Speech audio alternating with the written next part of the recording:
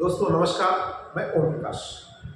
दोस्तों हम बात कर रहे हैं आज 1962 के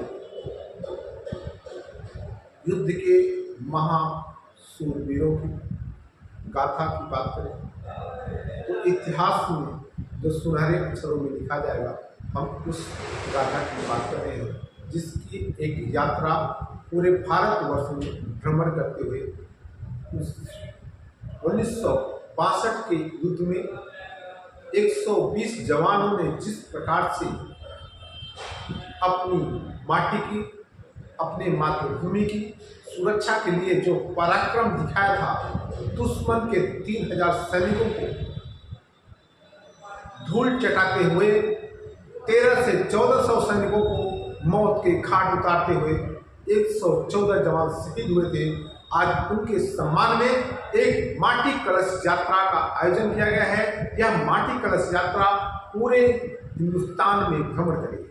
तो हम माटी कलश यात्रा की एक तस्वीर आपको दिखा रहे हैं। यह तस्वीर है महाराष्ट्र की।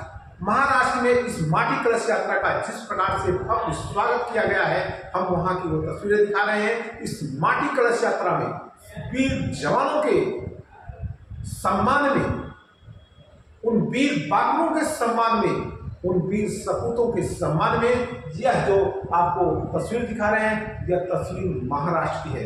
महाराष्ट्र की धरती पर माटी कलश यात्रा का जो सम्मान देखने को मिल रहा है, ऐसा ही सम्मान मैं आप लोगों से अनुरोध करता हूं।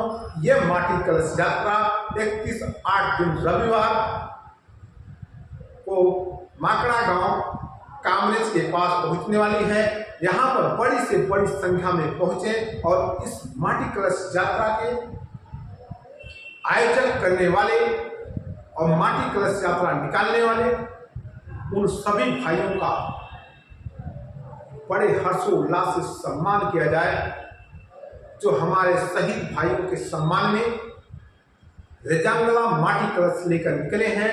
रेजांगला के वीरों के सम्मान में जो ये जन सैलाब उमड़ा हुआ दिखाई पड़ा है, जो हम आपको महाराष्ट्र की धरती का जो तस्वीर आपको दिखा रहे हैं, ऐसे ही तस्वीर आपको दिखानी पड़ेगी। ऐसे ही सम्मान में आप सभी भाइयों को आना पड़ेगा। तो दोस्तों, आपको इसलिए हम रेजांगला माटी कलश यात्रा की बात कर रहे हैं।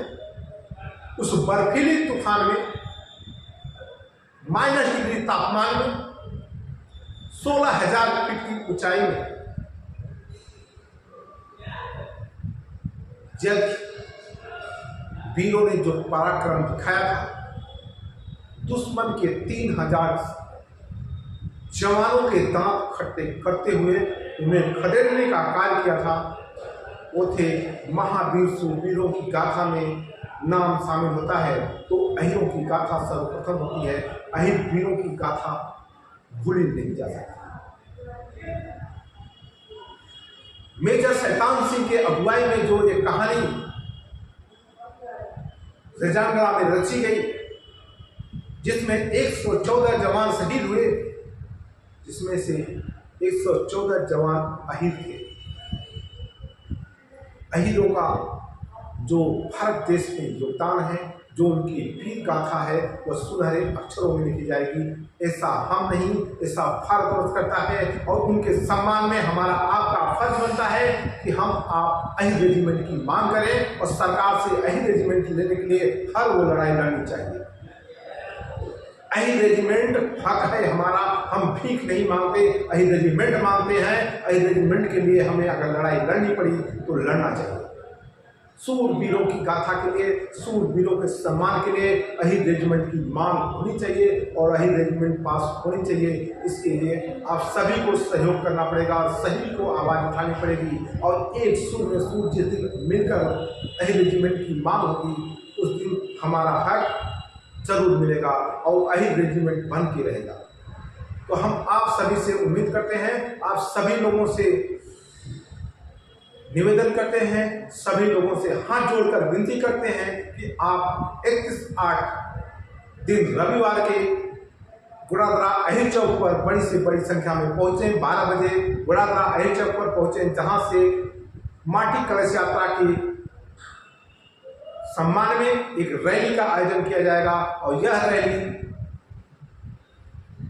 माकड़ा गांव जाएगी।